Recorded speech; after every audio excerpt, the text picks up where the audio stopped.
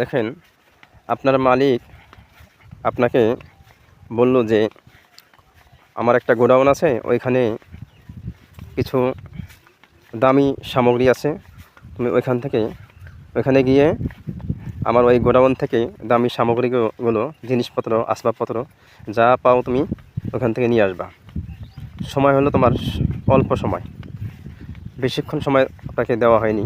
তো আপনার মালিক এটা বলেই চুপচাপ রইল, আর বলল যদি তুমি ওই দামি জিনিসপত্রগুলো আনতে পারলে তোমাকে আরও মহা পুরস্কার দেওয়া হবে, আর যদি নিয়ে আসতে না পারো তাহলে তোমার জন্য শাস্তি অবধারিত।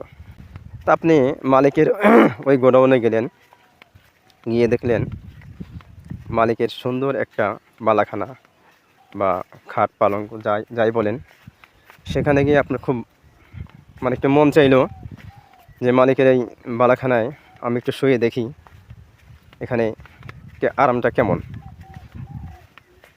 আপনি সামান্য সময় শুয়ে আরাম করতে চাইলেন, ওই মুহূর্তে আপনার চোখে ঘুম এসে গেল, আপনি ঘুমিয়ে পড়লেন। এমন একটা লম্বা ঘুম আপনি দেওয়ার পরে যখন ঘুম থেকে উঠে দেখলেন মালিক যে সময় দিয়েছে সেই সময় আপনার শেষ। তখন মালিককে আপনি বললেন আমাকে আর কিছু সময় দেন।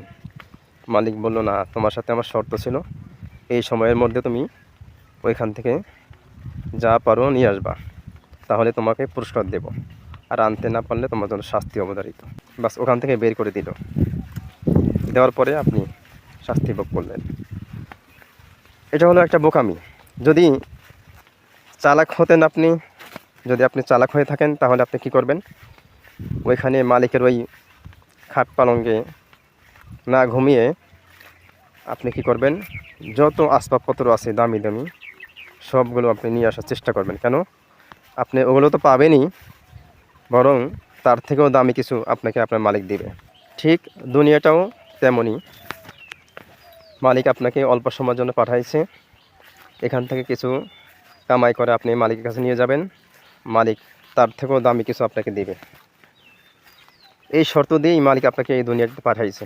যদি আপনি এখানে এসে ঘুমিয়ে পড়েন, খেলায় সময় কাটান, তাহলে মালিক আপনাকে কি দেবে বলেন? শাস্তি কার জন্য অবধারিত? ওই বোকার জন্য, যেই বোকা দুনিয়াতে এসে ঘুমিয়ে পড়ে এবং খেলায় সময় নষ্ট করে। যদি মালিকের কথা শোনেন তাহলে অবশ্যই আপনি কিয়ামতের দিন হাসরের ময়দানে বা যেখানেই বলেন, বিচার দিবসে আপনি মুক্ত হয়ে থাকবেন এবং দামি কিছু পাবেন।